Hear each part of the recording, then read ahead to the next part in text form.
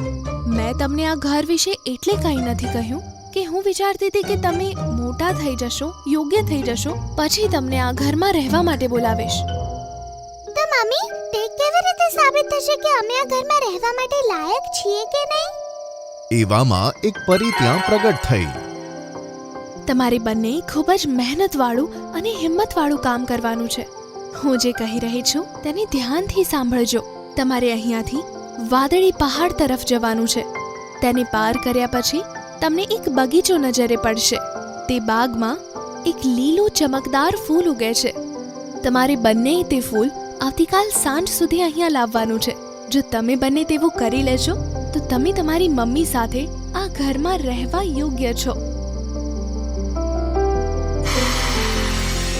હું તો જાઉં છું ફૂલ લેવા. બાય બાય પિંકુ ભાઈ. આમ કહી મિંકુ ત્યાંથી નીકળી ગયું. મમ્મી, હું પણ જાઉં છું. આશા છે કે અમે બંને ભાઈ તે ફૂલ લઈને સાથે જ અહીંયા આવીશું. હવે પિંકુ પણ ત્યાંથી નીકળ્યું. તે બંનેને જતા જોઈને ટીનુને ખૂબ જ ખુશી થઈ.